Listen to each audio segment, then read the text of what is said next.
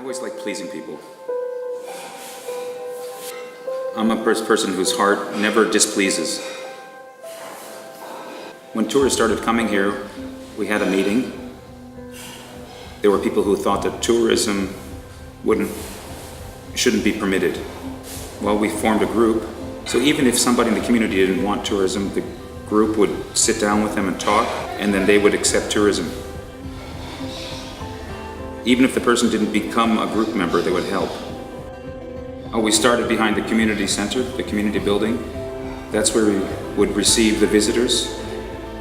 And we've been growing and growing and growing. And now this house is here to receive the visitors. And then we made this building, this kitchen here. And that's where we'd help people. Before, people had to eat on their boats, but now they could eat here. We got the palha, the twine, the wire, and we put it all together. And now we're continuing. And now, during vacation, a lot of people come to visit, so we have a job, we have work. And then when people aren't coming, all of us in the group, we do our regular jobs. It's a pleasure to see you, your smiles. It pleases us. The first thing is our friendship. We bring happiness, love in our hearts to every one of the visitors.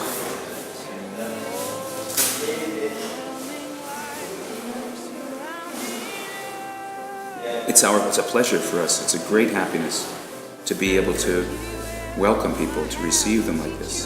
It's just satisfaction. It gives us such a sense of satisfaction. And to see people so happy. So happy, nobody looks upset. It's such a great pleasure for me.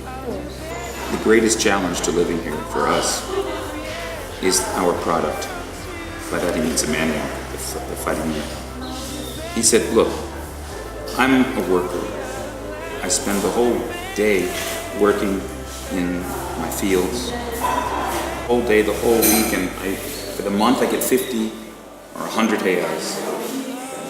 He said the price that we can sell farinha for, it's now a bag it was 100 reais. But there are times that it's as low as 40. For that, for us, that makes things so difficult. Sometimes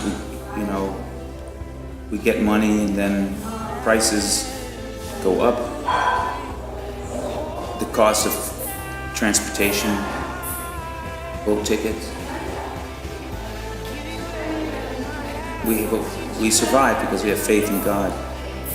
Hey, I come to you with a bag and you say, how much is it? And I say 100, but you said 50. I'll give you 50 for it. Well, then I say no, I can't sell it for that cheap. But then it sits there.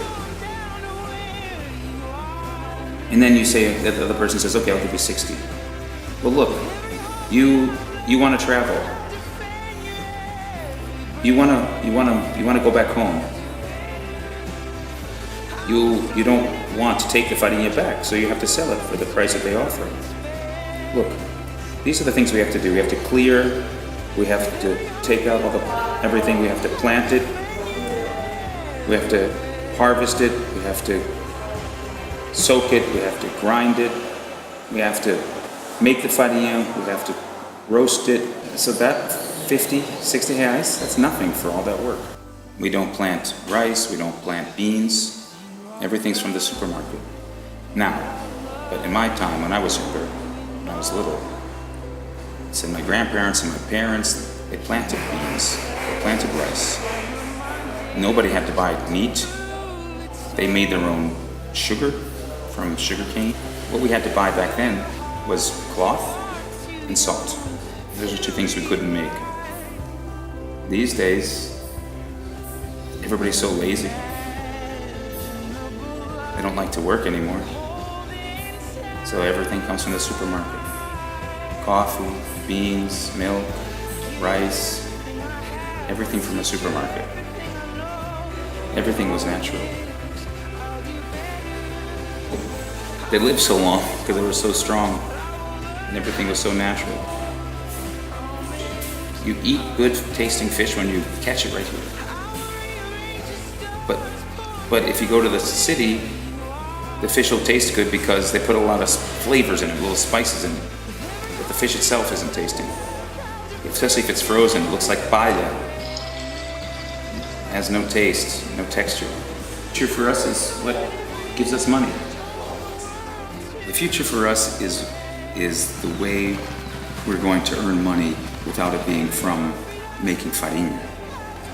This help that comes in through tourism, that's our future.